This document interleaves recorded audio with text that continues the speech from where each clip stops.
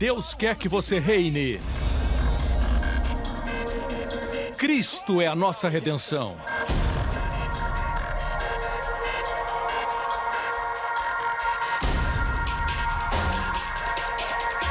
Deus é justo e faz o pecador justo.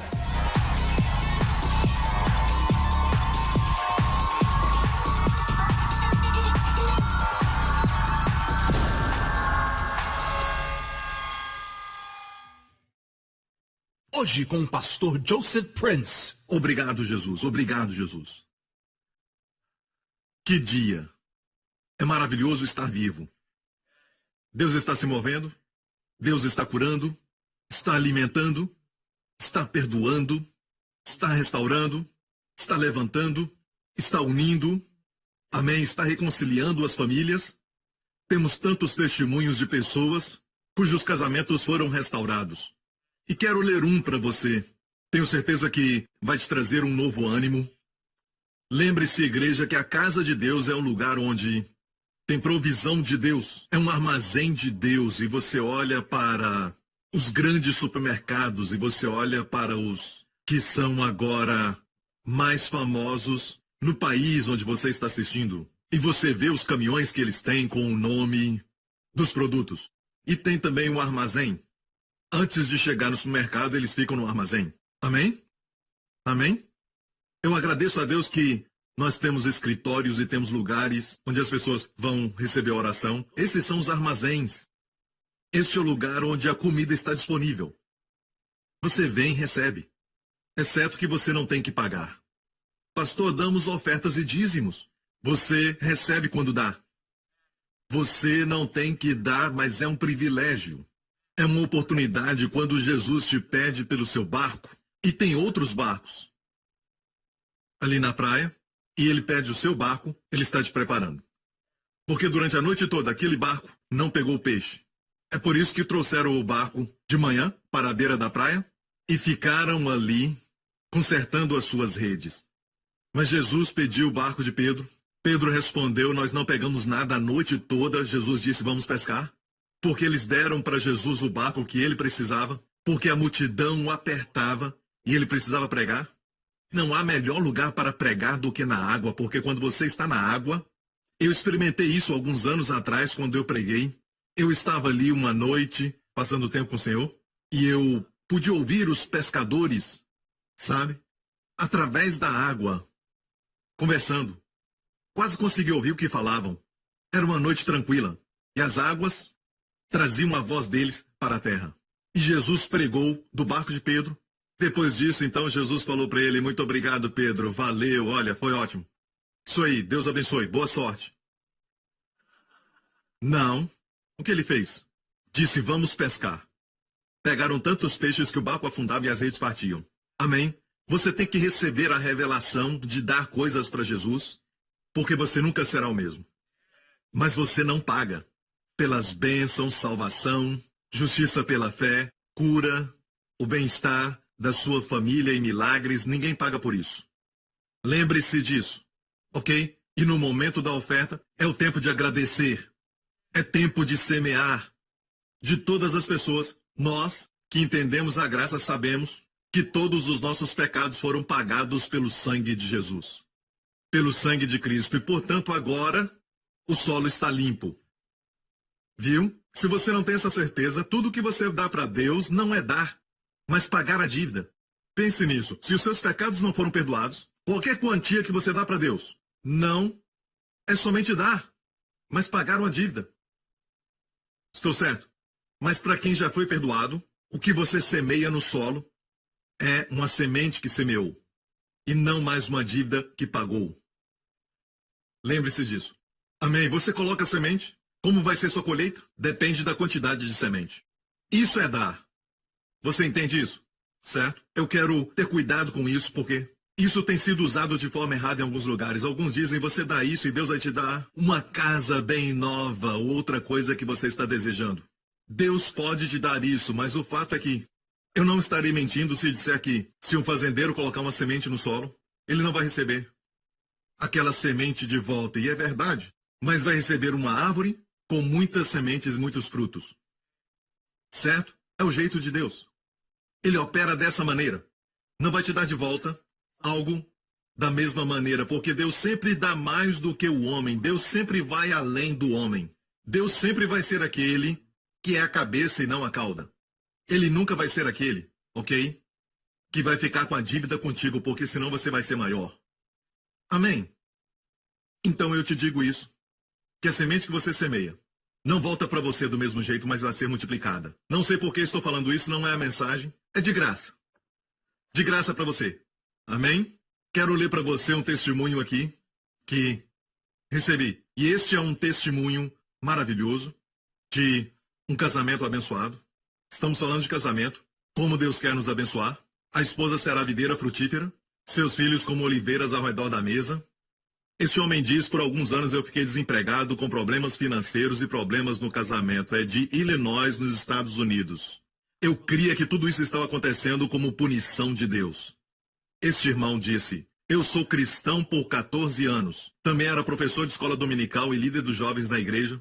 Mas a mensagem que eu ouvi era que Deus leva as pessoas a momentos ruins para ensinar algo. Eu também ensinei isso para minha esposa e quando passamos por lutas, eu ia para a pornografia. Um dia eu assisti um dos programas do pastor Joseph Prince. A primeira mensagem que eu ouvi é como Deus me ama e como eu devo descansar na obra de Cristo. Quando aprendi que eu sou a justiça de Deus em Cristo, é como se um peso estivesse saindo dos meus ombros. As lágrimas desceram porque eu nunca tinha ouvido que eu era justo diante de Deus, porque Cristo pagou pela minha justiça.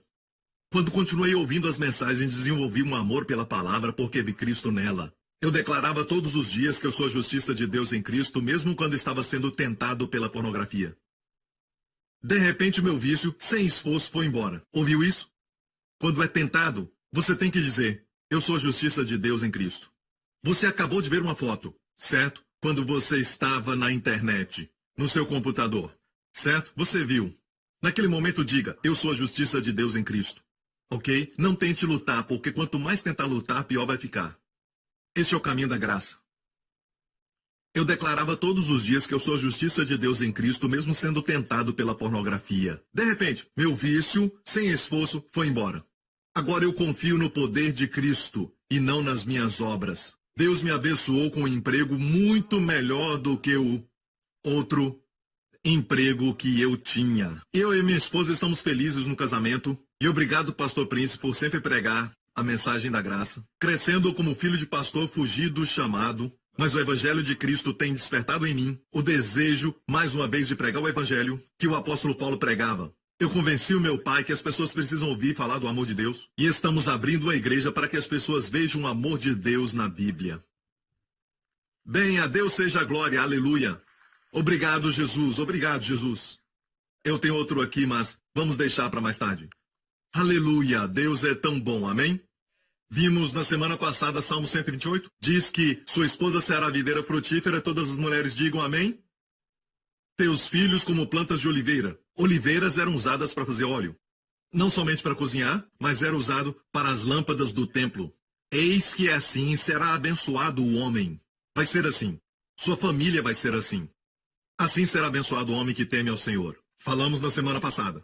Agora, vamos em frente, um pouco, para o que Deus quer que aconteça nas nossas vidas. Tenho falado sobre família nessas semanas e não posso parar, porque ele me disse para falar sobre isso.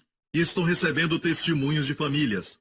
Amém? Se você está aqui sentindo, pastor Prince, já desisti do meu casamento e da minha família, já desisti da minha filha ou do meu filho, eu já até desisti também do meu marido.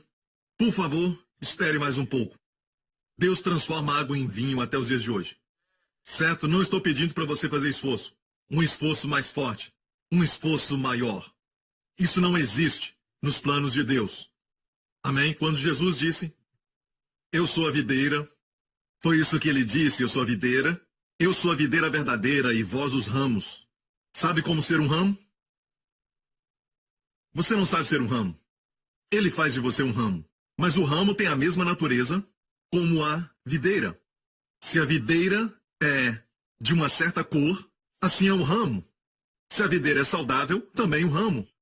No final do ano, quando se aproximava a colheita, Quando o agricultor ou jardineiro vinha, certo? Ele não podia ver um galho que não tinha fruto e culpar o galho, mas a árvore. Amém? Não é uma boa videira. Não há alimento na videira.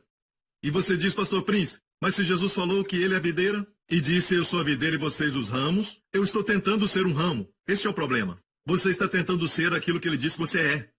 Deus fez de você um ramo. Seja um ramo. Amém? Amém.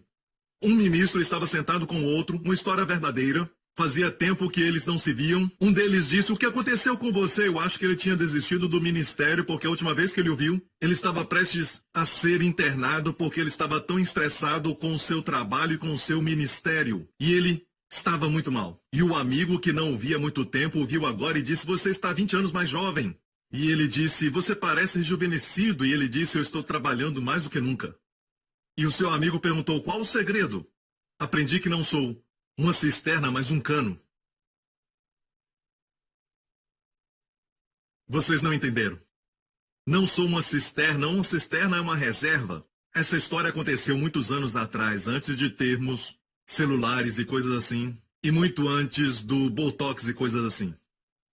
Quando aquele amigo o viu, 20 anos mais jovem, o perguntou, o que aconteceu? Eu aprendi de Deus que eu sou apenas um cano.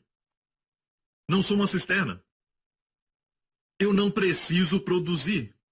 Eu olho para ele é a videira, eu sou o ramo. Na mesma passagem, Jesus fala acerca dos ramos. Sem mim nada podeis fazer.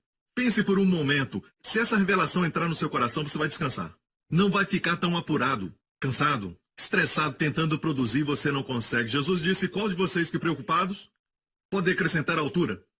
Isso é para ser uma piada. Qual de vocês se preocupando podem acrescentar altura? Bem, pastor Prince, agora eu tenho 1,90 m. Eu tinha 1,40 m. Sabe como eu cresci? Me preocupando. Preocupação me fez crescer. Acho que sim. Estou preocupado, me esquecendo de coisas. Quanto mais me preocupo, mais eu cresço. Não. Jesus disse, qual de vocês se preocupando podem acrescentar altura? Não dá nem para fazer isso. Pense bem nisso. Você pode fazer você mesmo em primeiro lugar, no ventre da sua mãe. Você não pode nem fazer isso. Você não pode fazer isso. Você não pode fazer isso, que é pouco, fazer a si mesmo. Como você pensa que pode se fazer de novo? Quando Jesus disse, sem mim nada podeis fazer, alguns dizem, não, Jesus. Essa expressão é maravilhosa, um tanto quanto poética e exagerada. Eu acho que o Senhor está tentando dizer é que sem mim, muitos milagres não pode fazer. Não, Jesus disse, sem mim nada podeis fazer. Leia. Em João 15, sem mim nada podeis fazer. Então eu devo viver uma vida de tal maneira que eu creio que como apenas um ramo, ele vai me suprir com alimento, com saúde, com força, com pensamentos inspirados, criativos. Amém, eu amo viver a vida com pensamentos criativos inspirados. Amém. Como homem de negócios, você precisa ter pensamentos criativos inspirados por ele. Amém. E ele provê. Ele provê. Sem ele eu não posso nem respirar. Preciso estar consciente disso. Agora, como nascer de novo? Você pode dar a si mesmo um novo nascimento? A vida eterna? Você pode produzir vida eterna para você? Muitos de vocês aqui já nasceram de novo, eu sei, certo? Como aconteceu? Você colocou sua fé em Jesus, mas quem te deu a vida eterna? Ele que é a vida eterna. Se você nem pode produzir a vida natural, não pode produzir vida eterna. Por que se preocupar com tudo na vida? O que o senhor está dizendo, pastor Prince, que eu não faço nada? Ele disse que sem ele você não pode fazer nada. Então, o que você está dizendo, na verdade, é verdadeiro. Então, não faço nada. Não faço nada. Certo? O problema é este. Não é fazer nada, mas é quando você tenta fazer algo. Quando Jesus disse para não fazer nada, não quer dizer que por fora você não faz nada, mas por dentro, você sabe que ele é a fonte daquela ação. Ele é a fonte, sabe? Por exemplo, se eu tenho que me levantar e fazer alguma coisa, eu sei que eu preciso da sua graça até para levantar. Muitos de vocês não querem nem se levantar. Tenho que confiar na sua graça para levantar. Tenho que confiar que ele vai me dar as palavras quando visito alguém. Tenho que confiar que, mesmo que não esteja preparado, eu sou apenas um ramo. Joseph Prince tem que parar de olhar para si mesmo para produzir as palavras e produzir a correta motivação que vai ajudar uma determinada pessoa deixar essa mulher que está tendo um caso com ela e voltar para sua esposa? Certo, eu não consigo. O Senhor Jesus precisa falar por mim. Eu tenho que sair da frente e dizer, essa é a sua visita. E é por isso que quando eu estava vindo aqui nesta manhã, eu falei ao Senhor, ou ontem à noite, Senhor, amanhã o Senhor vai pregar. Você entende? Certo? Para que ele fale por mim. Posso ouvir um amém? Deus quer abençoar sua família. E você diz, Pastor Príncipe, meu filho está desviado, ele tem 18 anos e não acredita mais em Deus. Ainda há esperança. Olha isso aqui, esse é o desejo de Deus em Êxodo 10. Êxodo 10. Então disse o Senhor a Moisés, estende a tua mão para o céu, e virão trevas sobre a terra do Egito, trevas que se apalpem. E Moisés estendeu a sua mão para o céu, e houve trevas espessas em toda a terra do Egito por 3 dias. Espiritualmente falando, é onde nós estamos, no mundo hoje. O mundo cristão. Muitos estão querendo dizer, haha, nós estamos fazendo uma grande obra, nós estamos invadindo e Deus está convertendo as nações do mundo. Amigo, Deus não está convertendo as nações, porque só há uma nação para Deus. Sempre foi e sempre será uma nação, Israel. A única nação na terra que Deus considera é Israel. Deus fala a respeito dos judeus, dos gentios e da igreja. A igreja é composta de judeus e gentios quando são salvos, agora não são mais judeus e gentios, mas pessoas celestiais. Pessoas cheias do Espírito. Filhos de Deus. Mas, no natural, está dividido entre judeus e gentios. E gentios quer dizer qualquer raça que você seja que não seja judeu. E é dessa forma que Deus olha para o mundo. A Bíblia diz isso. E é por isso que quando você entende isso, você entende todo o Antigo Testamento e vai saber repartir bem as coisas. Vai saber o que é para a igreja, que deve ser lido para a igreja, e o que é para Israel, que deve ser lido para Israel. Você entende isso? Em Mateus 24, Jesus passou pelo lindo templo em Jerusalém. Era muito lindo. Quando vamos lá, não existe mais porque foi destruído pelos romanos no ano 70. O que aconteceu? Bem, Jesus estava passando ali, os discípulos falaram como era lindo, e Jesus disse, eu vos digo que não ficará nenhuma pedra sobre pedra. Hoje vamos lá e não tem mais nenhuma pedra do templo. Não estão na montanha do templo. Onde estão? Embaixo, lá nos escombros, onde lançaram as pedras. Pedras de 2000 anos estão lá embaixo, mas não estão mais uma sobre a outra. O que aconteceu? Os romanos vieram e fizeram isso. Mataram os judeus, destruíram, roubaram, levaram muitos cativos. Os discípulos ficaram em choque. Quando chegaram no Monte das Oliveiras, perguntaram, quando isso acontecerá? São 3 perguntas.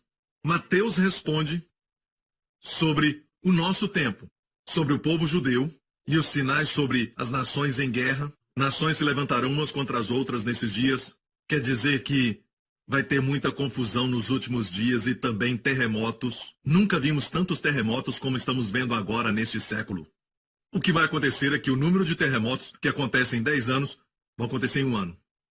E Jesus mencionou isso. E ele também disse que muitos vão dizer que são Cristo e enganarão a muitos. Eu sou o ungido de Deus. E Jesus disse, vigiai, porque quando essas coisas acontecerem, vossa redenção está próxima. Então tudo em Mateus 24 é para os judeus. A igreja não tem nada a ver com Mateus 24. A igreja é um mistério que veio depois que Jesus ressuscitou. Você entende? Se tentar colocar a igreja naqueles versos, vai ficar com medo. E por falar nisso, ele disse, orai para que vossa fuga não seja no sábado. Obviamente, ele fala para os judeus na terra de Israel. Então, Mateus 24 está falando de sinais da sua segunda vinda, não arrebatamento. Não confunda isso com arrebatamento. No arrebatamento, ele virá e nos levará. Na segunda vinda, ele virá para julgar o mundo. Amém? E mais uma vez teremos um rei na terra e não teremos mais ameaças de bombas nucleares. Seu cetro é um cetro de justiça. Ele vai cuidar do pobre. E toda a terra será renovada. O lobo e o cordeiro, a natureza dos dois vai ser transformada. Eles vão comer juntos durante o reino milenar. E ele virá para ser o rei. Não há arrebatamento. Vai acontecer um pouco antes. Você está comigo? Então, não confunda os dois, porque a igreja, alguns se confundem e misturam tudo e pensam que aquilo ali é para a igreja. E se colocam neste texto. Nós não estamos lá. Em Mateus 24. Eu disse não estamos lá. Ok? Você precisa entender isso e, falando coisas espirituais, Deus esconde essas coisas, como por exemplo a igreja hoje. Algumas coisas na igreja nós temos até vergonha daquilo, ficamos com muita vergonha, nem pensávamos naquilo, mas agora está tudo conturbado e mudado que se você não concorda com o pecado, você é aquele que tem algo muito estranho. Algo errado contigo. Certo? Você tem que aceitar esse estilo de vida pecaminoso. Algo assim. Então, obviamente, preste atenção. Jesus morreu por pecadores. Diga amém. Mas essa não é a mensagem que muitos querem ouvir. Certo? O fato é que eles querem para maquiar o pecado. O que faremos pelos nossos filhos? O que faremos? Temos uma nova geração que olham para essas coisas e chamam o certo de errado e o errado de certo. O que vai acontecer? Deus vai consertar este mundo. Mas o que vai acontecer com essa geração? Somos como o povo de Israel, quando as trevas cobriram a terra. Deus cobriu o Egito, quando Israel estava ali como escravo. E essa era uma condição quando o povo de Deus não estava como um cabeça. Certo? Os ímpios estavam. Os que não criam em Deus estavam. Posso dizer isso? Não importa o quanto nós blá blá blá blá sobre todas as nações se converterem, Deus salva indivíduos. Salve as pessoas. O problema é que todas as questões morais do dia de hoje é porque não há alimento divino indo para suas vidas. Esperamos que as pessoas produzam uvas quando eles não têm a seiva, não estão nem dentro da vinha. Esperamos coisas das pessoas que não podem fazer nada. Ficamos chocados quando vemos um bêbado agindo como um bêbado. E por que você fica chocado quando o pecador age como tal? Sem Jesus, o pecador vai ser um pecador. Alguns com mais dignidade, outros nem com tanta dignidade. Ok? Mas são pecadores. Quando nascem de novo, pecadores podem agir certo, mas muitas vezes não, porque são pecadores. Cristãos, amém, às vezes erram, mas quase sempre acertam. Entendeu o que eu disse? Mas seu comportamento não define sua identidade diante de Deus. Então, as coisas boas que o pecador faz não faz salvo. Para Deus ele é um pecador. O problema está lá. Está me ouvindo? Então Deus ama o pecador, mas odeia o câncer no pecador. Porque o câncer está destruindo o pecador. E o pecador não sabe. O amor é assim, vai odiar algo em você que talvez você ame. Porque você não vê que é um câncer. Amém, pastor Príncipe, glória a Deus. Então é assim que nós estamos espiritualmente. É assim que nós estamos. As trevas cobriram a terra. Não posso dizer o contrário. Mas nós lemos em Isaías, quando trevas espessas cobrem a terra, a glória do Senhor vai nascer sobre ti. Quanto mais escuro, mais necessidade de luz. Se está claro, imagine alguém dizendo, eu tenho uma linda vela, e você vai lá fora e está ensolarado, essa glória se foi. E isso vai acontecer. Todas as luzes pequenas, as tais celebridades do reino de Deus, comparadas ao sol da justiça, vão ficar ofuscadas. Amém? Podemos dizer, a vela é como a lei, o sol é como a nova aliança da graça. Por que usar a vela na presença do sol? A graça veio. A medicina está desesperada. Porque algumas coisas que eles recomendaram produziram novos problemas. Estão desesperados porque o mundo agora está cheio de pragas e mais pragas e mais pragas. Não há solução. Precisamos de proteção. Que Deus deu para Israel, seu povo. Tinham luz nas suas casas. E como Deus colocou essa luz, Mateus 5,15, diz, nem se acende a candeia e se coloca debaixo do alqueire, mas no velador e dá luz a todos que estão na casa. Dá luz a todos que estão na casa. Então todos na casa tinham luz. Iam para o outro quarto, tinham luz. Iam para o outro, tinha luz. As crianças brincavam porque havia luz, mas na casa dos egípcios não podiam nem andar. Certo? Estavam irados, falando palavrões, blasfemando o nome dos deuses deles e fazendo essas coisas, mas não viam nada. Está me ouvindo? Não podiam ver. Se Deus não quisesse isso, a entrada da tua palavra dá luz. Então a luz era para toda a casa, e a Bíblia diz que não se acende uma vela e coloca no alqueire. Essa palavra alqueire, em outra versão diz vasilha, certo? Modios no grego, é usada como medida no comércio. O que Deus queria dizer é isso: quando acender uma luz, não a cubra para fazer negócio, porque sua luz não será vista. Se você é um homem de negócio, continue assim. Não faça com que o seu negócio cubra o fato de você ser um crente. Deixa a tua luz brilhar. Também está em Lucas 8. Ninguém, acendendo uma candeia, a cobre com algum vaso ou a põe debaixo da cama. Ninguém coloca debaixo da cama à noite. O que é uma cama? A cama é um retrato de facilidade, preguiça e prazer próprio, ok? Amém? Você venceu a cama hoje. Parabéns para você, aleluia. Amém? A cama é um lugar de prazer próprio, preguiça. Não coloque a sua lâmpada debaixo de uma vasilha, comércio, e não esconda a sua luz debaixo da preguiça. Deixa brilhar. Eu disse deixa brilhar. Certo, como a igreja tem ministérios, muitos deles precisam de ajuda e você tem os dons, mas você não faz nada e diz, eu sou preguiçoso. Certo? Sua luz não está brilhando. Então esse pensamento de luz é lindo. Vamos voltar a Êxodo 10? Espera um pouco. Lucas 8, eu quero mostrar mais uma coisa. Perceba a última parte. Para que os que entrem vejam a luz. No outro texto, para que todos na casa vejam a luz. Sua família vai ver a luz, seus filhos vão ver a luz. Certo? Mas o propósito também é para que os que entram na sua casa vejam a luz. Eles virão e sentirão uma presença. A luz não quer dizer que daqui para frente, muito simples, querida, vamos comprar a lâmpada mais forte que existe, sabe? Vamos colocar luzes bem fortes. Quando o pastor Príncipe vier, até da rua ele vai ver brilhar. Ninguém vai dizer que não há luz na nossa habitação. Eu estou falando de quando as pessoas entram na sua casa, podem sentir uma paz, podem sentir uma atmosfera. Os amigos dos seus filhos amam estar na sua casa. Não há nada para você fazer assim. Ah, o pastor Príncipe está vindo, esconde. Jesus estava lá antes de eu entrar. Pastor Lawrence está vindo, esconda a carne. Você já esteve em casas assim, quando você entra e... Ai, que legal, eu amo o ambiente aqui, eu amo esta atmosfera.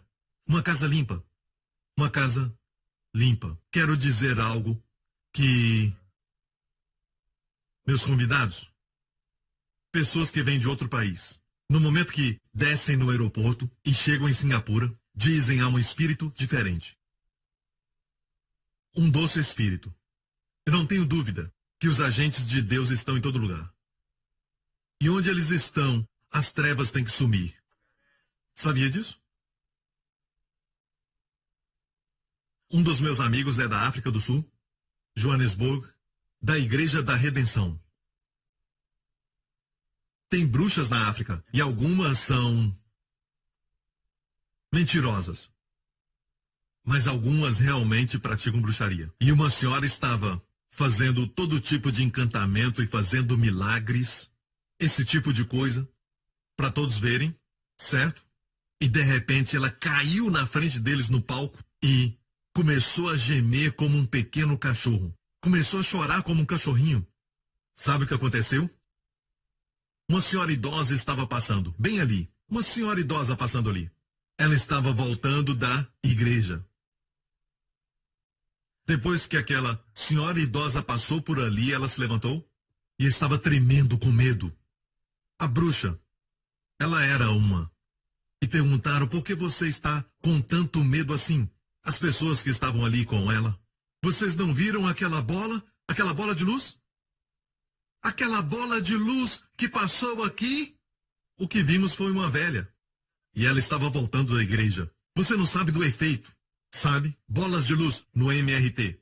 Bolas de luz no ônibus. MRT são transporte em massa. Certo? O nosso metrô. Vamos ter bolas de luz dirigindo para lá e para cá. Vamos ter bolas de luz na casa de massagem. Vamos ter bolas de luz frequentando aquela escola e frequentando aquela outra também. Amém? Amém? Isso não é lindo? Você não vê a luz, mas o diabo vê. Às vezes pregamos sobre favor, mas você vai encontrar pessoas que não gostam de você. Nem todo mundo vai gostar de você porque você tem favor. Algum empregado? Algum vendedor não vai gostar de você. Eles até tratam pessoas bem, mas você é porque sentem sua luz. Sua luz os convence. Você entende? Seja bacana. Ok? Se isso acontecer, não reaja. Precisam do seu amor. Você não pode ser como eles. Ah, você falou assim comigo? Eu também posso. Vou descer ao seu nível. Pup, acabou a luz. Que a vossa luz brilhe diante dos homens, para que vejam as vossas boas obras e glorifiquem ao Pai do céu. Amém? Amém? Então, por causa do tempo, vamos em frente e ver mais uma coisa em Êxodo 10, nesse capítulo, que na verdade nos fala da última praga, que foi a morte dos primogênitos. Trevas foi a nona praga. Antes das trevas foi gafanhotos. Antes disso foi saraiva. Agora, entre saraiva e gafanhoto, algo aconteceu. E essa é uma oferta que o diabo faz até hoje. E muitos pais nem sabem que é Satanás. Alguns aqui falam que tudo é Satanás, demônios, demônios, demônios, demônios. Pentecostais são conhecidos por isso. E nos dias atuais tem um outro pensamento que é o oposto deste. É que não há diabo. Quando há um problema físico, ninguém repreende aquele problema mais. Vai direto tomar um remédio. Talvez um Tilenol. Sabe? Algo assim. Não, há um diabo. Os chineses falam, eu sinto uma dor na minha perna, eu não sei o que está acontecendo. Eles dizem que sentem um vento. O vento vem e eu sinto dor nas pernas. Não, repreende esse vento em nome de Jesus. Não deixe ele causar dor. Não falamos isso mais, dizemos, e nos rendemos. Nos tornamos mundanos. Não repreendemos mais isso. Alguém fica doente e de repente, seu filho fica doente. Só repreenda em nome de Jesus. Sim, e depois você pode até usar alguns meios naturais, até medicamentos, mas pelo menos repreenda. A Bíblia diz que a sogra de Pedro estava doente. Certo? E logo depois que Jesus pregou, muitos já estiveram lá em Cafarnaum. Jesus entrou naquela casa e repreendeu aquela febre. Jesus repreendeu a febre. Ou seja, ele falou com a febre, ele disse, febre, sai dela agora mesmo. Nós diríamos, febre, saia em nome de Jesus. Temos que usar o nome de Jesus. Porque fomos escolhidos e autorizados para repreender em nome de Jesus. Amém? Mas não é porque a sogra de Pedro foi curada que Pedro acabou negando Jesus depois disso. Mas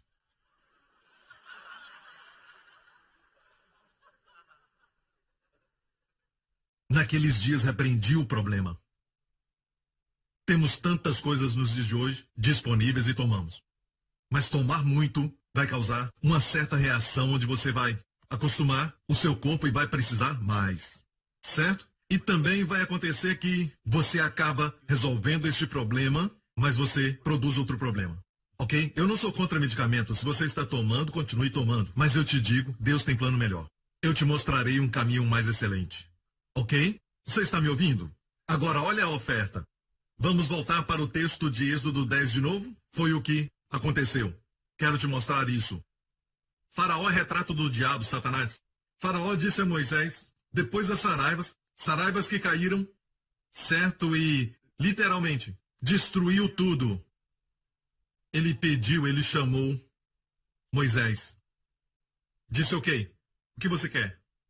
Moisés disse, havemos de ir com os nossos jovens e com os nossos velhos, com os nossos filhos e com as nossas filhas, com as nossas ovelhas e os nossos bois. Havemos de ir, porque temos de celebrar uma festa ao Senhor. Ou seja, é um momento para o povo de Deus ter seu povo saindo de lá, do Egito. Não pode estar no Egito e celebrar a festa. Percebeu isso? Muitos querem ficar com princípios mundanos na adoração. Não. Tem que tirar o mundano. Não pense em mundano só como sua cor de cabelo, comprimento e as roupas e tudo mais. Mundanismo é a concupiscência da carne, a concupiscência dos olhos e a soberba da vida. Ok? Ele disse, celebraremos uma festa ao Senhor. Então Faraó é um retrato do diabo e disse para eles, seja o Senhor assim convosco, como eu vos deixarei ir a vós, vossos filhos. Seja o Senhor assim convosco, como eu vos deixarei ir a vós. Tem uma mensagem para os vossos filhos. Olhai, ele disse, que há mal diante da vossa face. Na verdade, o mal está na minha frente. É você, Faraó. Você está certo? Próximo verso. Mudou de ideia, não será assim. Imediatamente mudou. Agora ide vós, homens. e servi ao Senhor, pois isso é o que pediste. E o expulsaram da presença de Faraó, ou seja, vós homens, ide e servi, mas deixem as esposas e deixem os filhos no Egito. É o que o diabo quer. Alguns de vocês, homens, deixa eu falar isso. Deus quer luz na sua casa. Muitos desfrutam das revelações e gostam de vir à igreja, sabe? Mas a família não está aqui. Deixaram a família no Egito. Seja qual for a razão. Ou o diabo colocou esse pensamento na sua mente, e sabe, o meu filho de 15 anos, eu falo para ele vir para a igreja, mas ele não quer. Parou de vir aos nossos cultos de domingo, e eu não quero forçar isso, pastor Prince. Se eu forçar, vai ficar chateado e vai ficar irado. É diferente de agora? Deixando ele ir para longe de Deus. Quantos sabem dessa verdade? Na sua luz, vemos a luz. Eu disse na sua luz, vemos a luz. Como é que isso é diferente? Você ainda dá dinheiro para ele? Ah, sim. Ele ainda mora na sua casa? Sim. Seja um pai. Seja um pai. Isso vai trazer uma crise no nosso relacionamento. Crie essa crise. Mostra quem manda. Eu estou sério. Se você ama o seu filho, não deixe ele morrer assim. Não tenha esse sentimento doente de dar para ele tudo o que ele quer. Isso está acabando com ele. Está acabando com ele. Você o ama? Nós vamos para a igreja. Depois pode ir onde quiser. Uau, pastor Prince, eu tenho que fazer isso? Eu quero ser gracioso. Esta é a graça de Deus falando com você. Não deixe os seus filhos no Egito. Alguns de vocês estão servindo como diáconos, eu sei. Alguns estão tocando a guitarra ou então o teclado. E alguns até dizem, eu sei. Eu sou um profeta. Às vezes eles não querem acordar. Até mesmo alguns pastores que estão sentados aqui.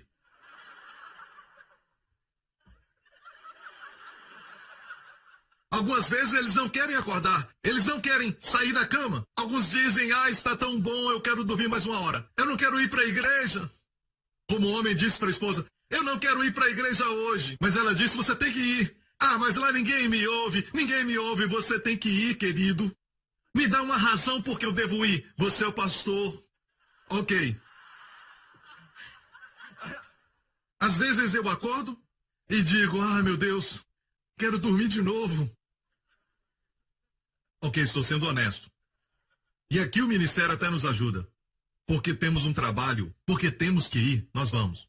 E porque nós vamos, escutamos coisas que de outra forma não ouviríamos. E aquela palavra, uma palavra de Deus pode mudar sua vida. Só uma palavra. Não precisa a mensagem toda, só uma palavra. E você está privando o seu filho disso. Seu filho pede dinheiro para você e ele ainda mora dentro da sua casa.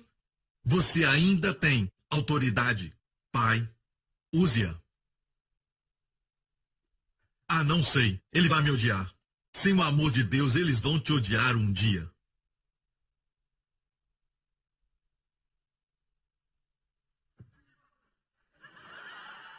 Ok. Eu tenho a espada do pregador. Vou te poupar dessa vez. Vou te poupar. Então, Faraó, que é a figura de Satanás, mudou. Ok, você não vai poder levar os seus filhos. Pode levar somente os mais velhos. Seus filhos não podem ir. Ele disse isso. Os homens podem ir. Muito sutil. Você quer servir a Jesus? Vá em frente, mas não traga os seus filhos. Está me ouvindo? Às vezes, escutam a esposa. A esposa é um faraó. Não leve meu filho. Você quer servir a Jesus? Vá em frente. Certo? Eu não vou e você não vai levar meu filho. Se dependem de você financeiramente e vivem debaixo do seu teto, é hora de criar uma crise. Nem toda crise é ruim. Certo? Cristo está na crise. Cristo está na crise. Não se preocupe. Amém? E homens? De homem para homem. Isso não é para as mulheres, isso não é para elas ouvirem. Certo? Na semana passada eu falei para as irmãs. Não foi? Na semana passada eu falei para os homens te amarem e não te culpar e não te dar a responsabilidade. Agora é minha vez de falar aos homens algo. Certo, homens? Você não cria a crise. E por isso você não a está desafiando. Na novela que ela assiste, o homem cria a crise o tempo todo. Alguns homens tratam as mulheres mal, sempre com temperamento ruim, e as garotas amam esse cara. Você não faz isso. Você não cria uma crise. Entendeu? Não tenha medo de crise. Não tenha medo de ser um homem. Agora não briguem. Agora não precisa brigar. Eu sou homem. Não sabe que eu sou homem? Lembre-se disso, não precisa dizer quem você é. Se você precisa falar, acabou o jogo. Mas não tenha medo da crise. Não tenha medo disso. Às vezes uma crise pequena é mais importante do que uma crise grande. Como o divórcio. Isso para mim é grande. Amém? Que coisa estranha. Os pais estão amando adorar a Deus, celebrando o Senhor no deserto e os filhos no Egito. Que coisa mais estranha. Que coisa maluca. Ah, pastor, eu não quero forçar a barra. Você acha que eles não aguentam? Talvez eles não conhecem realmente Jesus e por isso eu falo aos pais, o encontro de jovens é maravilhoso. Quando vão lá, encontram Jesus, não querem vir embora. Quando eles vão para lá, não querem ir para casa. No último dia, aprendem a amar uns aos outros e experimentam Jesus. O que você está fazendo com seu filho e filha, eu os estou preparando para estudarem muito. Para quê? Para que eles tenham um bom emprego em Singapura. Por quê? Para que eles me sustentem na minha velhice. Por quê? Para que eles possam ter bons empregos. Por quê? Para que eles possam ser felizes? Serão felizes? Sim, mais dinheiro quer dizer felicidade.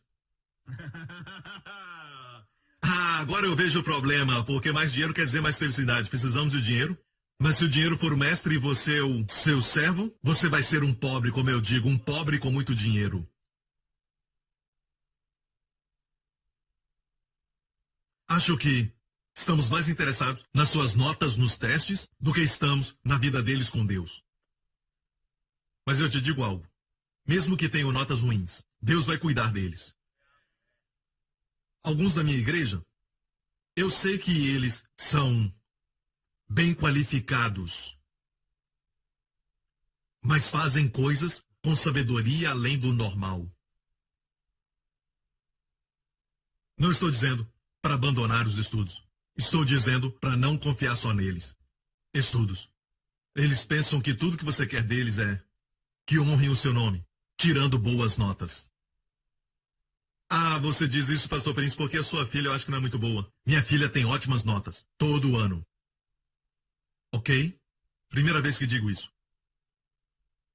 É um milagre, eu sei muito bem disso. Eu orei muito por ela. Sabia? E quando ela passou a língua chinesa, quase que ela não passa. Fizemos uma festa na nossa casa, como nunca antes. Nós saímos com ela e fizemos uma festa. Sabe por quê? Todas as vezes anteriores ela era reprovada no chinês, sempre foi reprovada no chinês. Mas quando chegou o momento mais importante, bum, ela passou. Quase não passou, mas eu não estou nem aí. Ela passou. E teve notas boas. Um milagre, eu te falo isso. Ela diz que é um milagre. E eu não estou falando isso só para falar, porque você sabe, meus filhos não estão indo bem, então eu estou somente tentando fazer parecer que são melhores. Eu não preciso disso.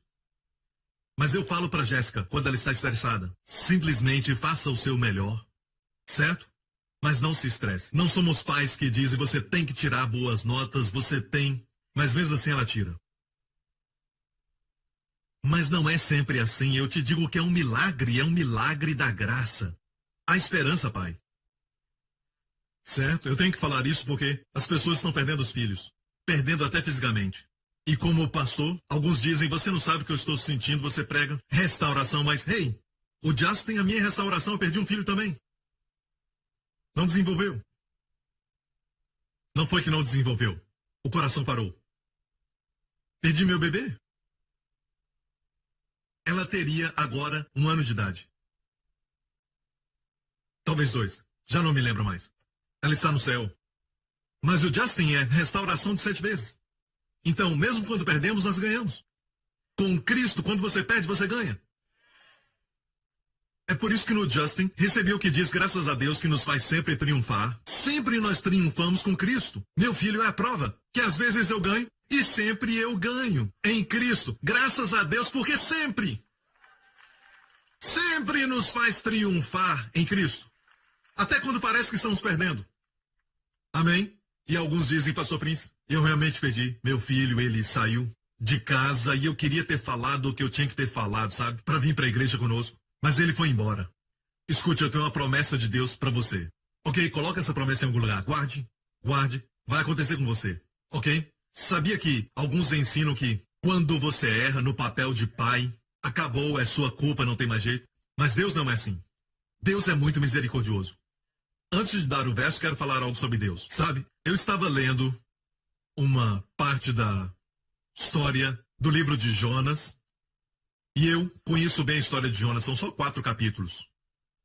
E eu sempre preguei que Jonas está virado contra o povo da Assíria e Deus mandou pregar na cidade de Nínive. E Nínive, naquela época, era a cidade capital do povo assírio.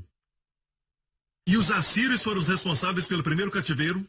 Eles levaram o reino do norte em cativeiro. Por falar nisso, se você for no Museu Britânico, visite a parte onde está o reino da Assíria. Você vai ver que lá eles têm forma fotográfica, não tinham fotografia, mas algo parecido com fotografia, certo? Numa parede feita de bronze, a cidade de Laquis, que é mencionada na Bíblia, e como eles prenderam os judeus, como eles os prendiam pelas pernas e tiravam a pele deles, até mostrar os ossos. Tudo isso está no Museu Britânico, você pode ver. Literalmente, milhares de anos. Dá para ver o rei Senaqueribe assentado ali. Dá para ver até os judeus com barba e todos eles presos no cativeiro. Muito interessante. E voltando à história, Jonas os odiava porque eles eram cruéis. Não só os levavam cativos, mas eram cruéis. Agora, eu ensinava que Jonas odiava os ninivitas, não somente os ninivitas, mas todos os assírios. E Deus disse, prega para que eles se arrependam. O que ele fez? Ele foi para Tarsis. É o que a Bíblia diz, ele foi para Tarsis, ele desobedeceu e entrou no navio, certo? E finalmente veio uma tempestade. Então perguntaram entre eles mesmos, lançaram uma sorte, de quem é a culpa, certo? E a sorte caiu em Jonas, porque Deus queria mostrar. Ele estava dormindo na tempestade e o acordaram. Perguntaram, fez algo errado? Sim. E Jonas então disse, lança-me no mar e vocês vão ver, vai ver calmaria. E aqueles marinheiros, certo? Eram gentios, mas eram bacanas, sabe? Tentaram de tudo para não lançarem. Mas a tempestade aumentou. E disseram, não tem jeito, vamos lançar. E fizeram isso e ele afundou. Mais profundo. Quando você não ouve a Deus, você vai profundo. É por isso que disse, subamos à presença de Deus.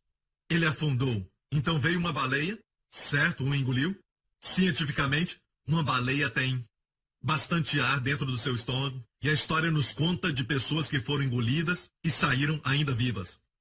E sabe que Jesus mesmo falou da história de Jonas, como Jonas esteve no ventre do peixe, 3 dias e 3 noites, assim o Filho do Homem. Se Jesus menciona Jonas, então é verdade.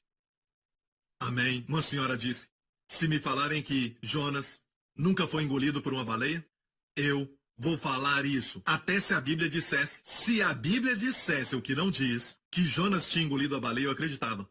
Eu acredito mais em Deus do que no homem. Amém. Mas não se engane, Jonas não engoliu a baleia, ok? Sempre pensei que ele odiava os assírios e é por isso que ele não queria pregar. E por isso, a baleia veio e o levou naquela viagem até chegar naquela terra e o levou até chegar na praia perto de Nínive e lá ela o vomitou. Ele deslizou. Agora ele ficou, por causa dos sucos, sem nenhum pelo. Sobrancelhas se foram. Cabelo se foi. Ele ficou estranho, mudou de cor.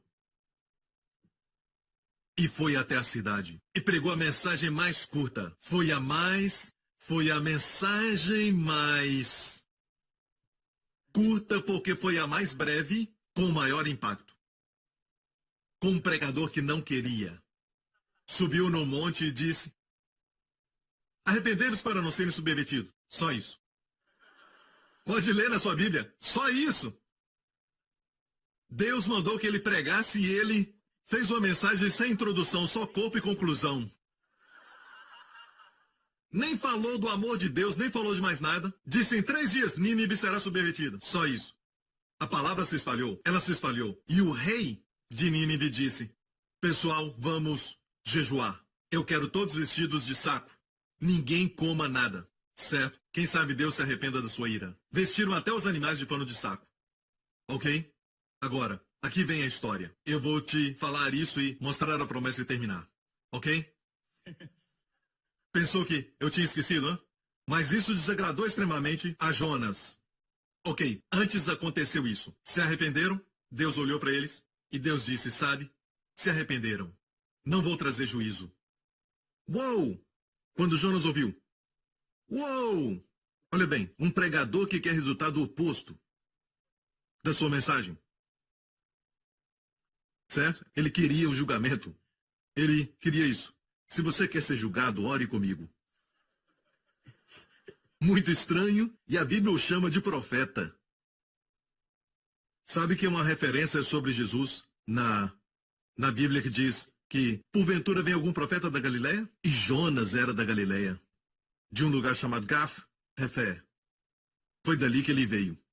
Ele não queria isso, mas Deus poupou toda aquela cidade. Mas isso desagradou extremamente a Jonas. E ele ficou irado, porque Deus perdoou. Ficou irado. Ei, aquilo não só o desagradou, mas extremamente. Mas ficou irado e orou ao Senhor e disse: ah, Senhor, não foi esta a minha palavra estando ainda na minha terra? Agora, preste atenção, porque eu li isso tantas vezes. E eu não vi isso, eu pensava que ele odiava os assírios. Mas na verdade, ele não queria ir, porque ele conhecia a natureza de Deus. Ele sabia que Deus é gracioso.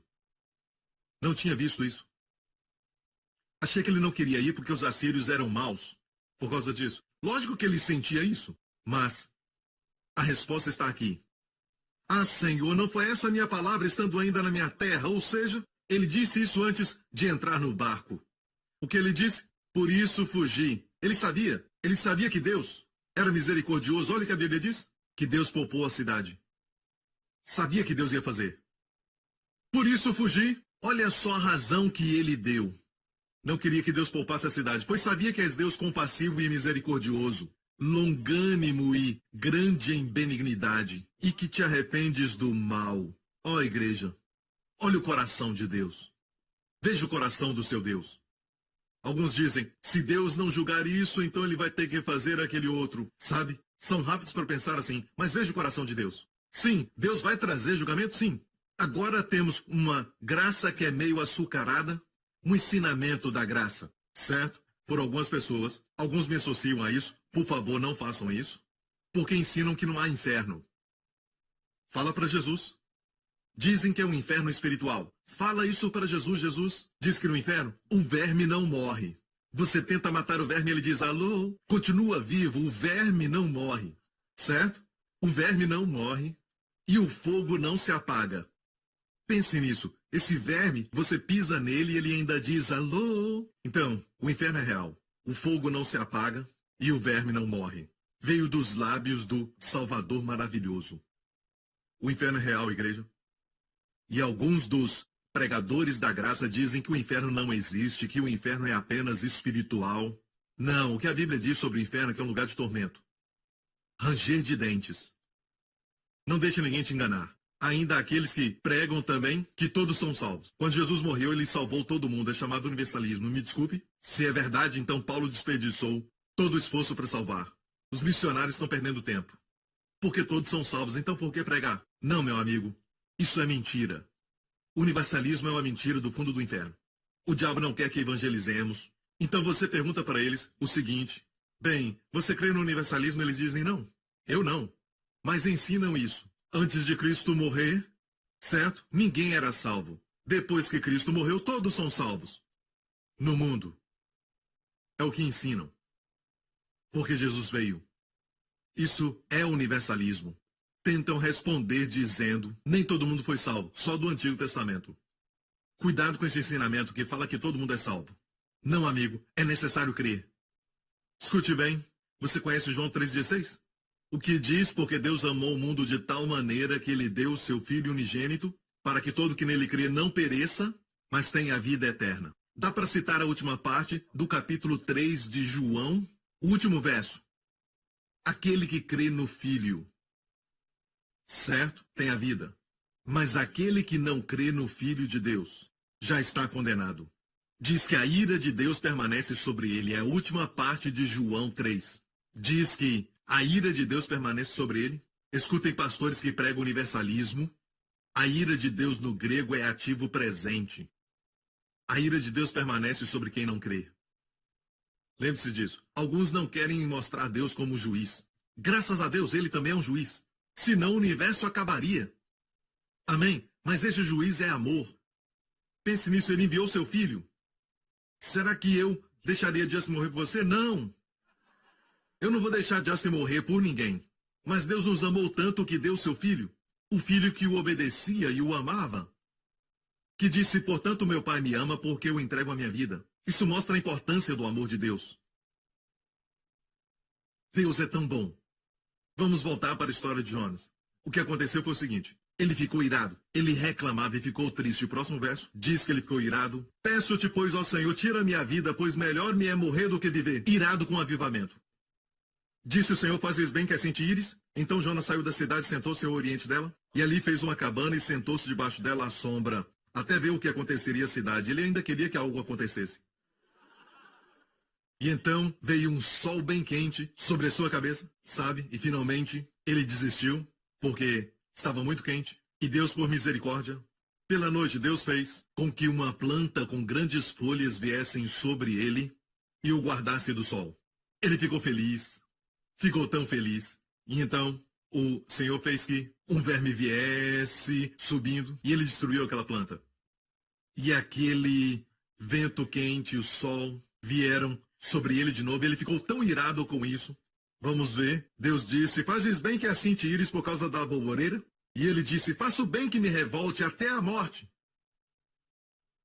E disse o Senhor, tiveste compaixão da alvoreira na qual não trabalhaste, nem a fizeste crescer, que numa noite nasceu e numa noite pereceu. E não hei eu de ter compaixão da grande cidade de Nínive, em quem estão mais de 120.000 homens, que não sabem discernir entre a sua mão direita e a sua mão esquerda. E também muitos animais. É o que ele pensa, de toda a cidade. Ele vê pessoas que não sabem discernir entre a mão direita e a esquerda. É o coração de Deus. O juízo virá no final, sim, mas ainda não veio. Vamos embora antes do julgamento. Amém? Vou te dar a promessa e terminar.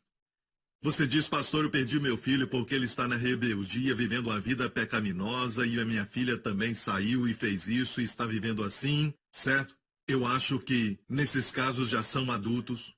Se ainda estão na sua casa, você tem autoridade. Ok? Mas há uma promessa, mesmo que eles saiam, indo para o mundo, para o diabo. Escute. Olha este verso, Isaías 49. Porventura tirar-se-ia a presa do poderoso? Ou escapariam os legalmente presos? Essa é uma boa pergunta para fazer para pastores e líderes, porque ensinam de tal forma que eles dão essa ideia de que porque você falhou como um pai, você errou como mãe, é isso aí. Por isso seu filho está preso. No cativeiro, sua filha agora é uma escrava das drogas e todos os tipos de, sabe, estilo de vida que é destrutivo, hábitos destrutivos. É isso aí. Essa é a impressão que eles dão, eles não falam, mas essa é a impressão que é por sua causa, sua falha. Agora, como pais, temos que ser responsáveis. Por falar nisso, Moisés disse, de forma alguma, todos iremos. Sabe o que aconteceu? Deus disse a Moisés, estenda a sua vara, e gafanhotos vieram. Depois dos gafanhotos, trevas. E finalmente, quando Faraó os deixou ir, jovens e velhos saíram. Crianças nos seus carros, certo? Suas mamães os carregando nas costas. Todos saíram do Egito. Tenho essa promessa de Deus para você. Deus disse, Porventura tirar-se-ia a presa ao poderoso? Sabe o que é isso? Você é um justo, certo? Está falando dos filhos, fala isso no contexto, vou mostrar. Ou seja, escapariam os legalmente presos? Alguns pastores e líderes diziam, não, o justo é um cristão, mas foi a sua culpa. Então, é isso aí, sua filha está presa. Mas Deus diz não. Assim diz o Senhor. Por certo que os presos se tirarão ao poderoso, ou seja, solto. Se tirarão, serão soltos. E a presa do tirano escapará. Porque eu contenderei com os que contendem contigo, que lutam contigo, e os teus filhos remirei. Então, eles dizem que por sua culpa, o justo, como pai você é um justo, certo? Mas o seu filho agora está cativo, a sua filha está presa, legalmente por causa do seu pecado, sua falha. E fazem a pergunta, escapariam os legalmente presos? Legalmente. Alguns vão dizer não, mas Deus diz sim. Eu vou me envolver, eu lutarei contra os inimigos que lutam contra você e salvarei os seus filhos. Por certo que os presos se tirarão ao poderoso? E agora, vamos ver o verso 25 em uma outra versão.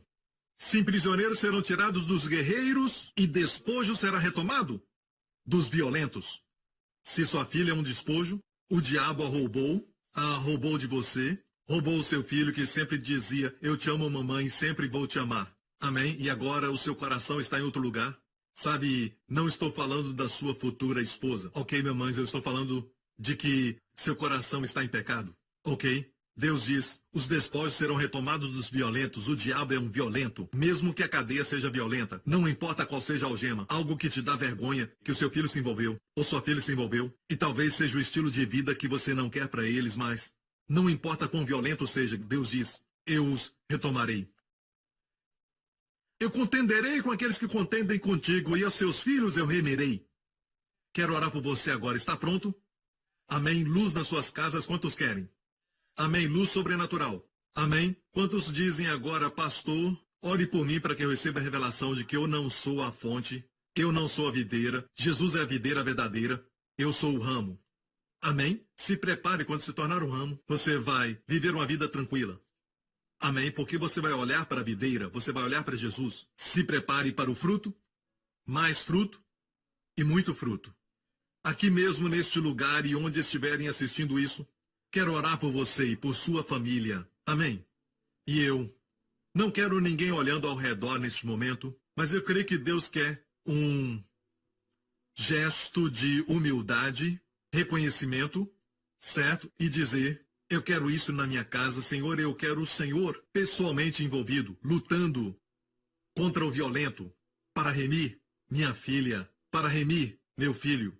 Certo? Se é você, ninguém olhando, ok? Te digo isso. Curve a sua cabeça e feche os olhos.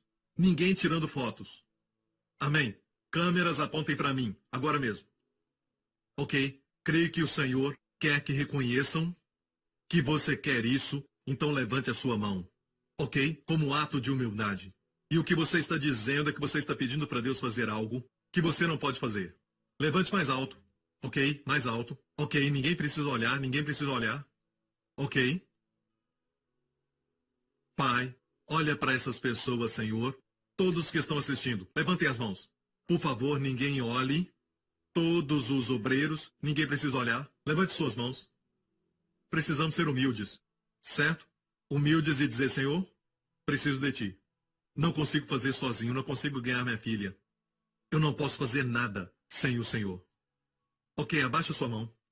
Quero orar por vocês agora, principalmente os que levantaram as mãos. Pai Celestial, te agradeço pela promessa que o Senhor vai contender e lutar até com os violentos, com os terríveis.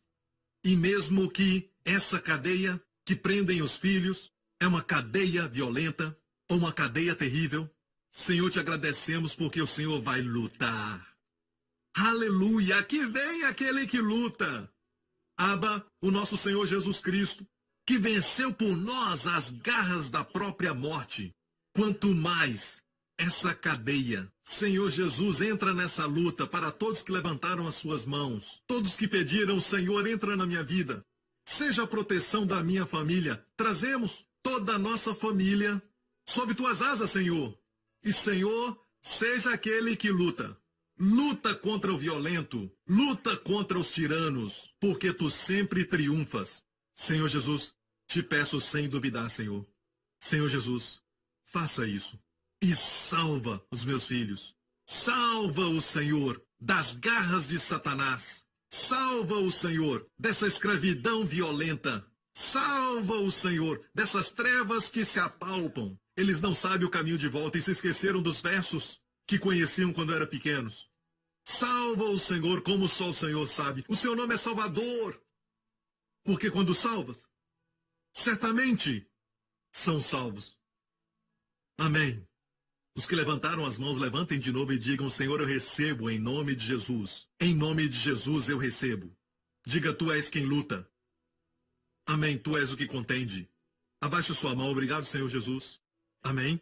Aqui neste lugar e também em todos os ambientes, creia no Senhor Jesus Cristo. Atos 16. E serás salvo tu e a tua casa.